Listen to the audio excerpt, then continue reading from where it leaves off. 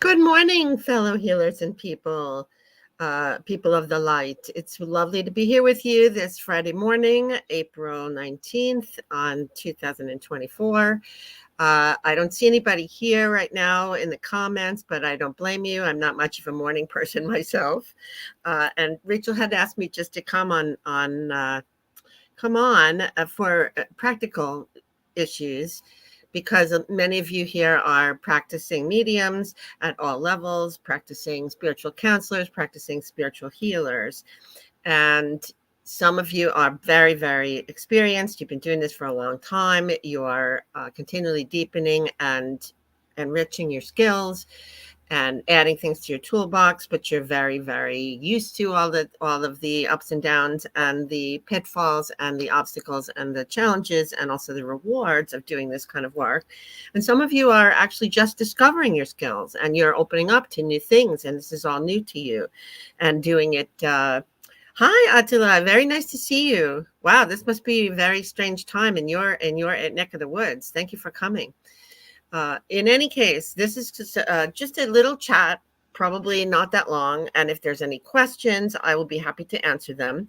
I will also be happy, since many of you are probably otherwise occupied right now, if you're watching the replay and you have a question or something I say sparks a question. Hi, Aaron. Lovely to see you too. If anything I say sparks a question and I don't get to answer it here, or you're watching on the replay, feel free to write it, type it into the comment section on Facebook or on YouTube, and I will try to do my best to come back and check and maybe type a little answer if it's not too complicated. So I'm happy to do that. So again, I'm open to questions, but I want to give you a little overview. Again, I acknowledge that many of you are very practiced and skilled, and many of you are just new to this. And I want to just mention a few things because I've been doing tarot readings for people with spiritual intuition for maybe, Rachel and I were trying to figure out, we think maybe 40 years. That's a long time. And in that time, I have changed how I do it. I have increased my confidence. I have opened up to new skills and new, I wasn't channeling at the time. I was channeling in the sense that I didn't know I was channeling because I was listening to my higher self and my guides. But now I'm channeling beings. I'm adding that to my skills. And at every stage of the way, there are always things to learn about the practice and what you're going to hit when you get on the ground and you deal with clients. And some of them are difficult. Some of the things you're going to be asked to do are difficult. Hi, Kayla. Very nice to see you. Kayla is very busy doing all kinds of spiritual work, I think in Louisiana, right? Yeah. And Bobby.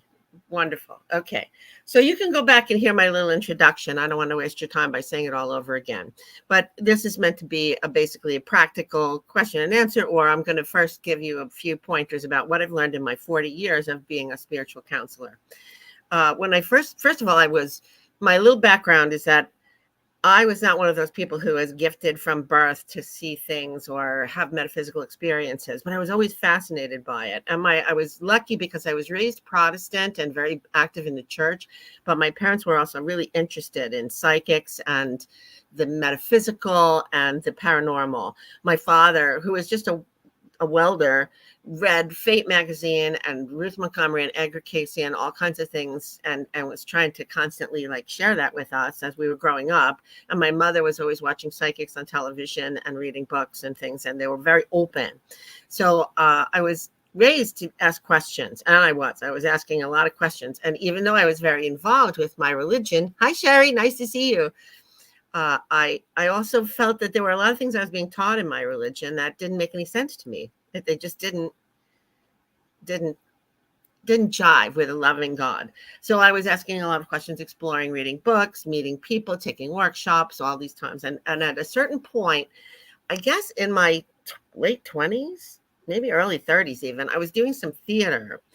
And a girlfriend of mine from the theater was moving away, and she had the Rider-Waite Tarot deck and a very excellent book, like a really esoteric book about the cards that she was giving away because she had thousands and thousands of books that she couldn't take with her. And she gave them to me and she said, I think this is for you. And at the time, we were both studying Reiki and we were both into a couple of that stuff. But I was scared of tarot. I thought, oh, I've heard nasty things about tarot. Is that dark energy or what? And she said, no, I think it's just a tool. Read the book and see if it resonates with you. I think it might be good for you. I was very, very intellectual, and I hadn't really opened that part of me that was more like trusting and intuitive, that wasn't all logic based. And so I read the book and I started working with the cards, and I found the symbolism and the pictures on the cards to be extremely helpful in letting myself trust what I was getting in my head. But that was still a long process. I was practicing on my friends and family, but I was still, everybody who starts with tarot, you know, you have a book or you have the thing that comes with the cards, and you're having the thing and you're looking up the things and you're saying, oh, it says here, oracle cards too. You read the message on it, and it's not ingrained in your head yet for a long time until you do this for a while. So I was doing that, and then little by little, I started to grow more confident and just say what I saw, say what I heard in my head. And also, the most important thing with cards, if you use cards at all, and actually not just cards, but when you're talking to your guides, when your guides are giving you information, there's a language that develops between you. There's like a symbol language that is unique to you and your guides, and they kind of like take the lead. And when you sort of interpret something a certain way, they start to give it to you many, many times. And there are some universal things you'll hear from famous mediums like John Edwards and others. You'll hear that a rose means, you know, I'm sending you love from the other side. Different other things that are symbolic, that you might see like a gun, you might see a weapon, you might see but all these things mean something to you. And then your guides tend to just like hold on to that. And what they do is they give you that whenever they want to tell you that message, they'll give you that symbol. So little by little, you develop this special secret alphabet with your guides. And I know, like for some of the tarot cards for me, there's a card that comes up, for example, that always means depression for me. It always means somebody is dealing with a severe depression, but that they're breaking out of it. And then there's another card that means that they're caught in their own heads that is torturing them, and that they don't really have an objective problem addressing them, but that they have to get out of their own negative thoughts. So you get to associate certain things over time because your guides are giving it to you for these particular, and they also tend to use pop culture things that like a movie you've seen, a song, a TV show, and they'll give you a thing. You'll have a problem to address with a client, and you'll hear in your head something about a TV show that you just saw perhaps, or that you watch all the time, or a character, and it'll be like, why am I thinking of that? And it's because they're saying it's like this, or it's like this experience you had last week. And so sharing your personal experiences, you don't want to take up the person's time with your life, but you can use your personal experiences to say to them, look, what you're experiencing is like this. I went through this, and this is what it means. And this is what I interpret it as for you. So you can use those. Those are like real things. And just because we always doubt ourselves in the beginning, especially, we're always thinking, am I making this up? Why am I talking about TV shows? Why am I talking about movies? Am I making up things? Am I making up past lives? Am I making up channeling beings?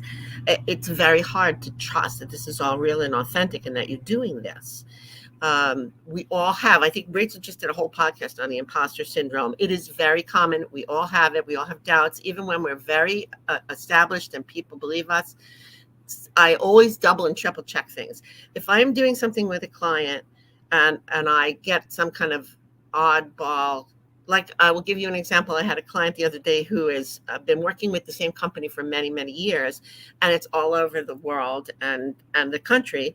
And she and her husband would like to move someplace else other than where they are. And she was asking if that would happen soon. And I kept checking with all the places she suggested they might want to move. And I kept getting no. And then I got that they might be posted somewhere overseas. And that was not something she had considered. And it was not something that would be a common thought. And it was so strange to me to keep hearing over and over again, no, overseas, they're going overseas. that I double and triple checked. I use my pendulum. Does that seem right? Does it seem right? I use my finger. If you don't know about my finger thing, that'll be for another day, but it's a great physical thing. You don't need any tools. You're using muscle testing to check a yes or no. Anyway, I checked with that, and it was like, I still got the same answer. At that point, you got to just trust. You have to develop a relationship with your higher self and your guides that says, they know better than I do. They know the future. They are telling me this for a reason. Hi, Shirley. Nice to see you. And yes, I see you have a question, Attila, and we will definitely be addressing it in a minute. Hi, Bobby. Very nice to see you. Thank you for coming. So you definitely want to, if you have doubts or if you think you're going a little far afield, just use your tools. Check with your guides again. Ask if is this right? Am I telling her the truth? Yes. Okay. I can't tell you the end of that story because that hasn't happened yet, but that is the other thing. You have to be detached from the result. Hi, Shauna. Hi, Shirley. Thanks for coming. What I mean by that is we have to detach ourselves. Long ago, people would go, and they still do. They come to psychics and they make all kinds of jokes about, oh, couldn't you predict the future for yourself? Didn't you know you were going to get sick or have that car crash? Ha, ha, ha. You were not a very good psychic because you didn't predict that. We don't predict the future. That's not what we do. There are people who are talented in seeing future possibilities.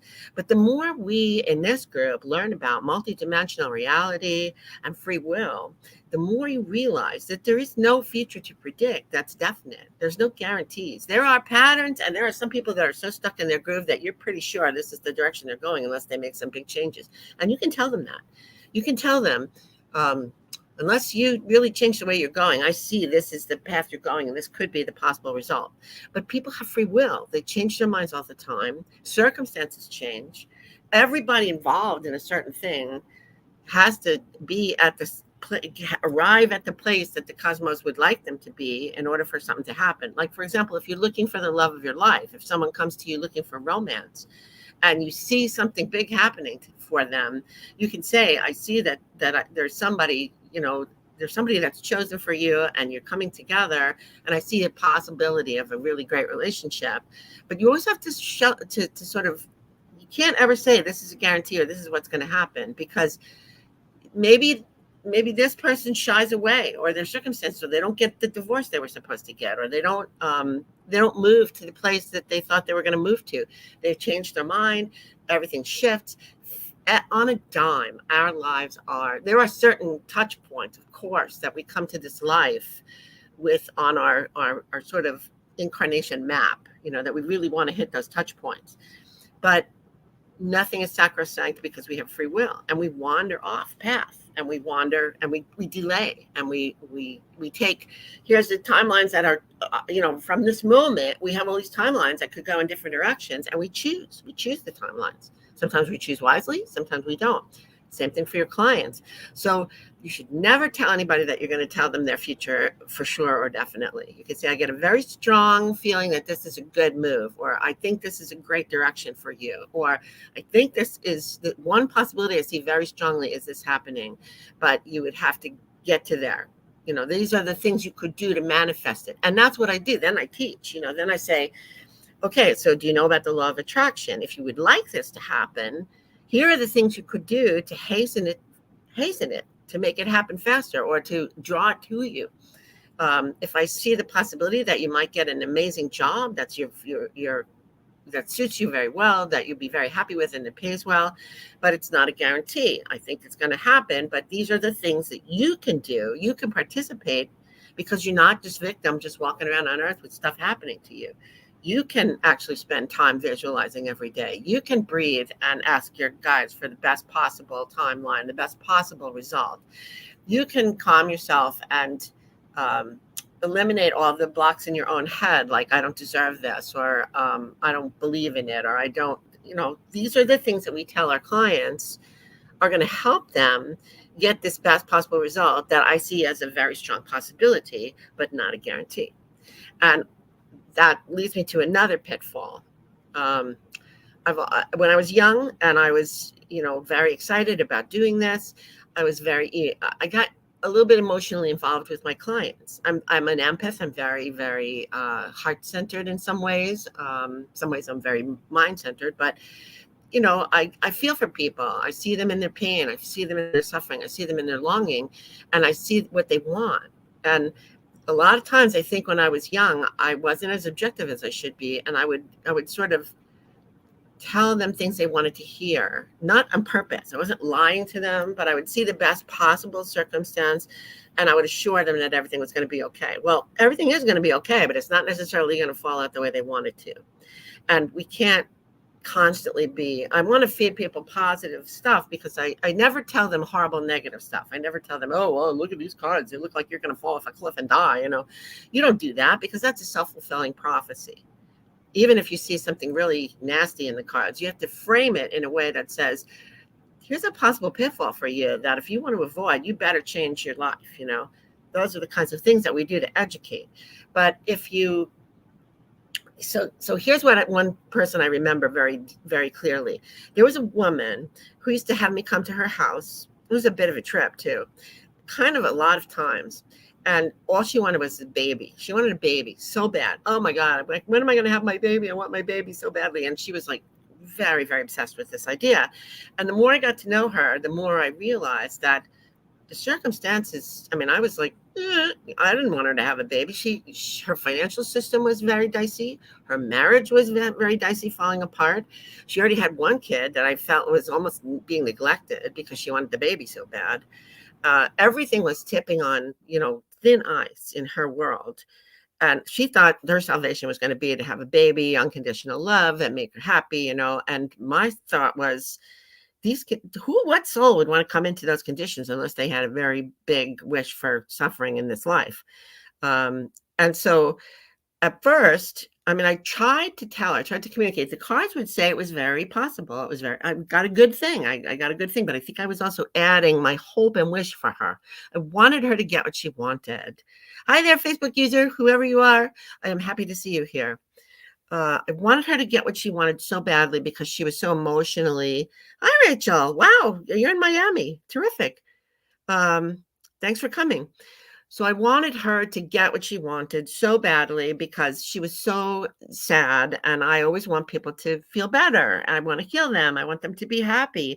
And I wasn't misinterpreting the cards, but I think I was leaning in a direction and she would try to pin me down. And there's another thing you should avoid. People are always trying to pin you down. When is this going to happen? A week? A month? What month? What is it? So anyway, I don't do that. I used to do that. I used to try to say, okay, my guides are saying, November. And sometimes I just make it really general because those guys up there that are sort of orchestrating things a little, they don't have time. They don't live in time. So when they say soon to you, soon could be like 2 years from now. If I tell them November, it could be November next year. So you really shouldn't be too liberal about giving people timelines because everything is dependent on everything else. And it's just, there are delays, there are twists and turns, there are ways of, hi, Kat, it's good to see you. Anyway, so that's a lesson I learned too, not to nail down times, but I sometimes say to people, people definitely need a little bit of encouragement about how long are they going to have to wait? They've been waiting a long time. Usually they come to see me at the point where they're desperate already.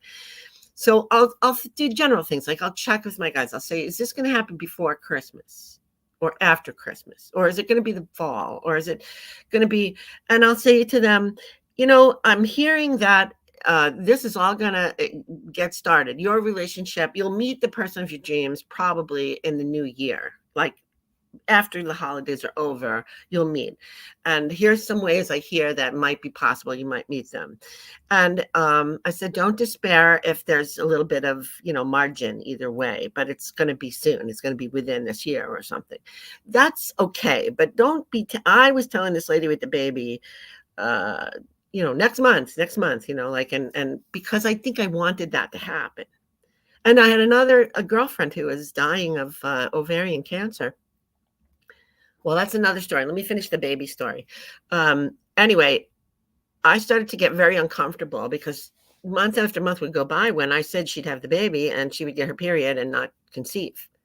And so she was all mad at me. She was mad at me. You told me I was going to have a baby. I'm not having the baby. And then I would try to teach her. I would try to say, look, this baby's not going to come to you unless you make the conditions welcoming. I said, so let's concentrate on appreciating and gratitude for the things you have. Let's concentrating on bucking up your finances, your marriage, your other child. Let's be calm and accepting. Let's work on your own. You're right now, you're so miserable and low energy that nobody would want to come to you. I said, you should find ways to make yourself joyful, find ways to reach for things that are going to raise your energy, like things that make you feel happy. And, try to give her hints about how you can prepare in your life for something good to come to you, how you can manifest it, how you can magnetize it. She didn't want to have nothing of it. She just wanted me to tell her, this is going to happen and this is when. And after a while, she started accusing me of being, fake and of leading her on, because I would tell her things that I thought she would make. I don't know what I was trying to do, raise her vibration, and misinterpreting and being a little too much in her corner instead of being objective and giving her the facts and giving her how to do it. Half my job, I think, and half your job is to tell people how to do it, to teach them manifesting. So the other thing was, I had a friend who is dying of ovarian cancer, and I didn't know she was going to die. I mean, cancer can go a lot of ways, and she would have. She was one of the very first people who trusted me as a reader, and so I really wanted to help her. And I said to her, "Okay, I'm hearing that you should." She was really, she was bedridden and really sick, and she was going through treatments. And I would say to her, "You need to. We're gonna. This is for healing. You need to do meditation. You need to be calm. You need to raise your vibration. You need to listen to the music you love. You need to do things that make you joyful. How about write down in the journal all the reasons why you want to live, all the things you want to do, visualize yourself in the future." And I was like giving her all these things, and I'm sending you healing energy, sending you Reiki. I'm doing all these things. And she died. And that was a point when it was early in my career, and I was really angry. I was angry at God. I was like, we did everything he said. She did it religiously. I told her all this stuff. You told me to tell her this. And every time I asked you if it was hopeless, you didn't answer that. You said no. And so I said to them, why? Why did you make me lie to her? Why did you make me hold out hope for her? Why did you have me make her do all of those things, hoping that they would help her, and then she dies?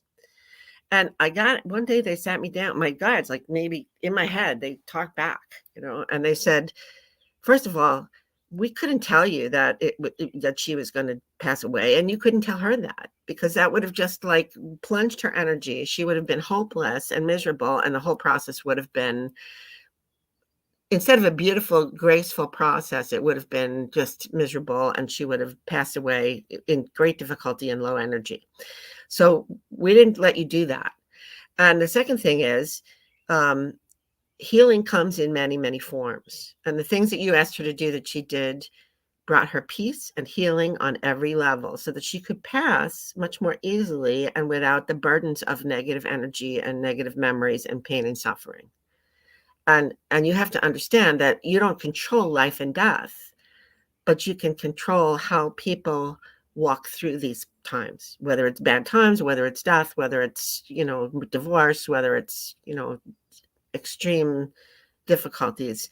You can't necessarily promise them that they will not have these challenges and burdens in their life, but you can help them walk through them with grace, with dignity, and heal some of the stuff that's holding them down and back. And it may actually affect the severity of the issue. And of course, life and death are not in our hands anyway.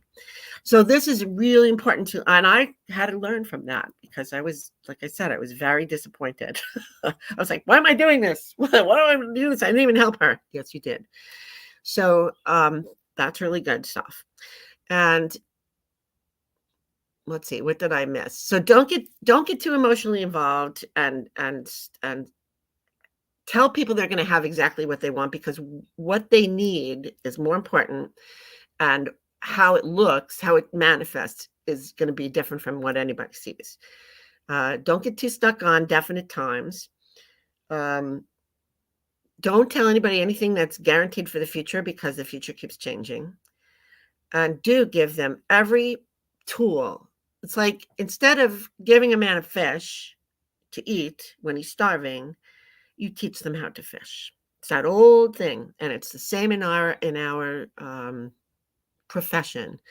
Our job is to teach them how to fish so that they don't ever have to come back to us again, unless they need a clearing or healing or whatever. But we want to give them tools so that when they encounter difficulties down the road, because they will, because we all do, they, instead of running for help and saying, please help me, what's going to happen, I need to know. No, you don't need to know what's going to happen. You need to sit and know you're a powerful and beloved child of God, that you have the power to change your mood, to change your expectation, to call in your guides and angels, to manifest good things, and to walk through difficult things with a more equanimity and calm.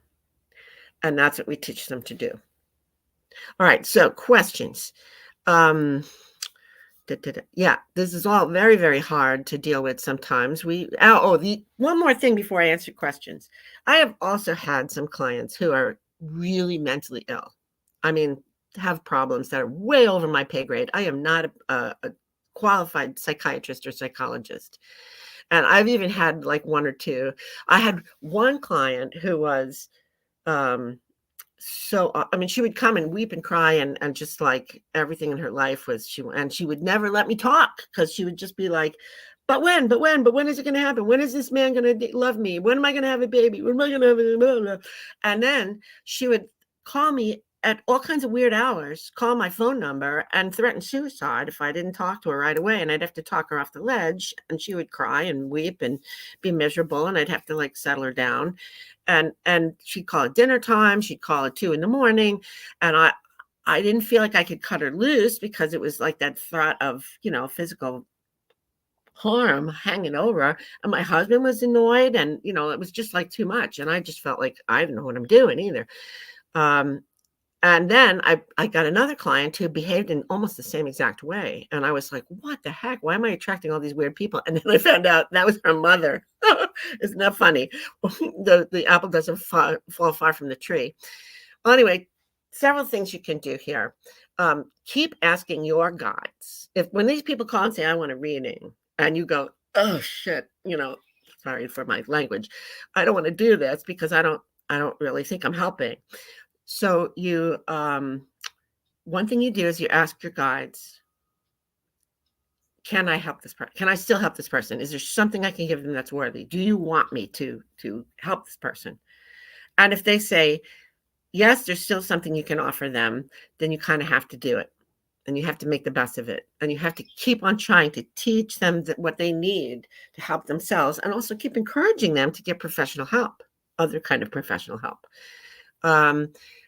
Then you can ask your guides. There may be a time when your guides say to you, no, this is not good for you. It's sapping your energy and you're not helping. And then you can say, I'm sorry, I think you need something more intense than I can offer. And you have to be honest about that. The other thing that you have to do is you have to, like I said, keep giving them tools and keep pointing them in a different direction. And then if it's too much for you, you can sever the relationship. It's boundaries. Yeah. Somebody says healthy boundaries, and that's really tough. It's tough in this because we get involved in the most intimate details of people's difficulties, and we care. We are open-hearted people. It's part of what we do. And you have to always go into this, put protection, that you don't want to absorb other people's miseries, other people's low energy, other people's attachments. You don't want any of that. You're going to protect yourself before you go into this, particularly with different clients. But even so, you care about them and you feel bad for them. But the boundaries say, if it becomes too difficult for you to feel like you're doing any good for them, you need to say, look, I think you need something more intense than I can offer. And here's where you should look for that. It's important. Okay, Rachel says spirit circle directions are in the group guides. There are stuff in the tag in the group guides, and all of the things that Rachel has, blog posts and she's done way more intense stuff on all of these. But these are just like little touch points as you start your practice, or as you open your practice up, or as you expand it. All right, so the one question I did get is from Attila about Merlin, and Attila has discovered recently that he's working very closely with Merlin, and he's hearing a lot of rumors, as I did, that Merlin is related to Saint Germain, or is Saint Germain, or is a part of Saint Germain. The closest I can tell you that I have come to peace with is that Saint Germain is one of the great central ascended masters of our universe. He is the master of the violet flame, and he's also master of the United States of America, and like he's got all these higher things now that he's doing, even beyond that. Merlin, from what I can understand, is what you call an aspect of Saint Germain, and in very, very, what is an aspect of somebody? Well, a soul is a soul, and it's a big energy. It's huge, and it's got all this power. But a soul can create, especially an ascended master soul, you create you can divide yourself. It's like having a child, I guess, only it's like not sexual reproduction, it's asexual reproduction, like some of the plants do. You have an aspect of yourself that you sort of like split off, but it's intimately related to the mission that you have, the energy that you represent, and the purpose you have in the universe. So Merlin is a part of Saint Germain. Merlin is an aspect of Saint Germain who is in charge of a whole lot of other big, high, mucky muck stuff himself.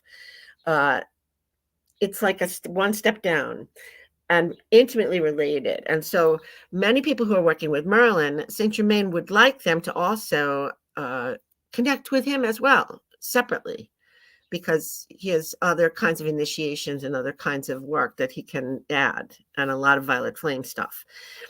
Merlin is particularly involved with, he's really grown into having a huge amount of responsibility, but he helps us a lot with manifestation, with alchemy, with seeing magic in the world, with seeing multidimensionality, with all kinds of stuff that's beyond the third dimension. So he's helping us to open our perspective and to teach others to do that and to create more good stuff in our lives, which I'm working on.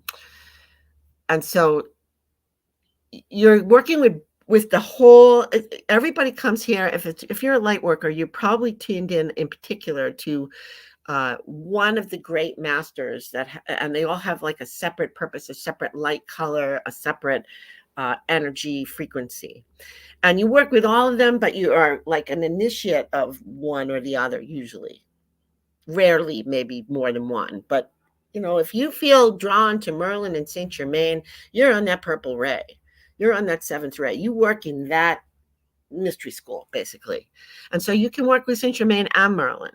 And if Merlin is more intimate to you and feels more like a family member, go for it. That's where I am.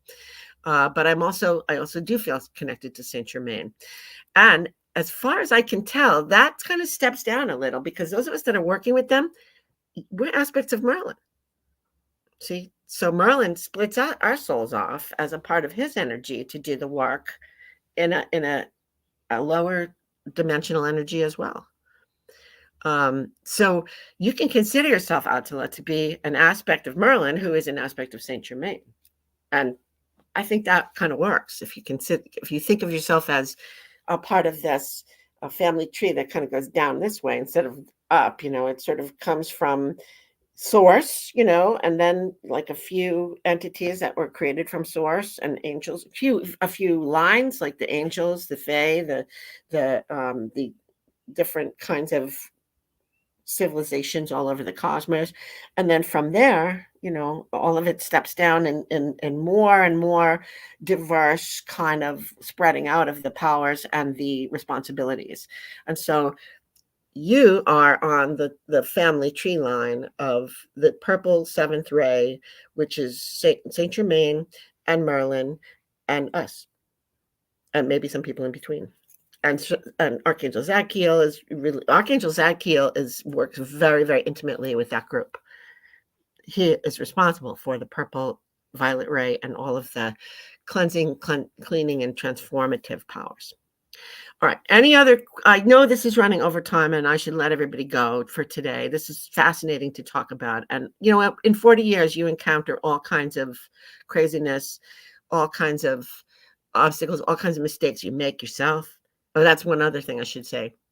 I have made the mistake of like I was at somebody's bar mitzvah, for example, and I looked at the kid and I could see that this kid had like amazing future with technology and science and was brilliant. And I made the mistake of walking up to the parents and saying, I just got this flash that your kid is going to have this incredible future. And they looked at me like I had horns on my head and I was a scary, creepy person and wanted me gone. And there you go. You don't do like Teresa on television, I don't think, unless it's really planned. You don't walk up to strangers who you don't know what their belief system is or what their fears are or what their boundaries are. And you don't tell them psychic stuff that they didn't ask for because they're not ready to hear it. Even if it's great news, like I had great news and I felt really embarrassed because, you just don't hit people with that. You ask, are you open to, if you really feel like somebody's saying in your head, please tell my mother I'm okay on the other side or something.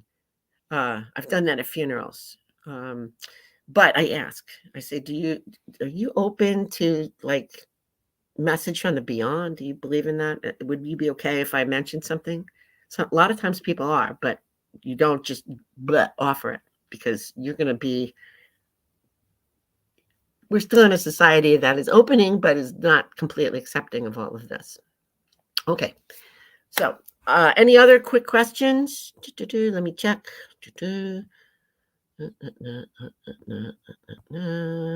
Healthy boundaries.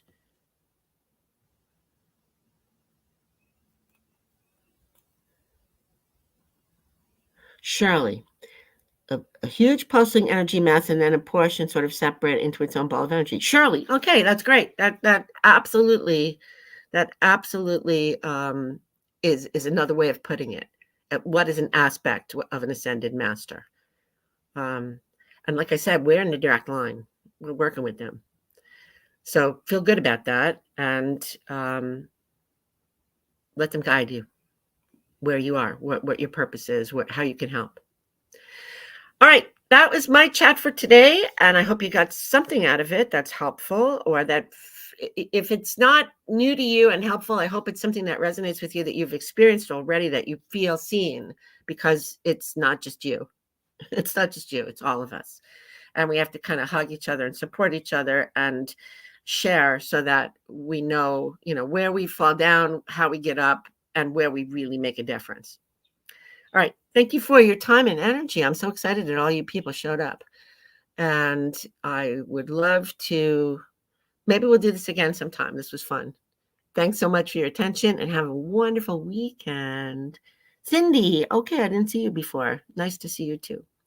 All right. Take care and happy times with your exploring all these aspects of yourself. Okay. Bye-bye.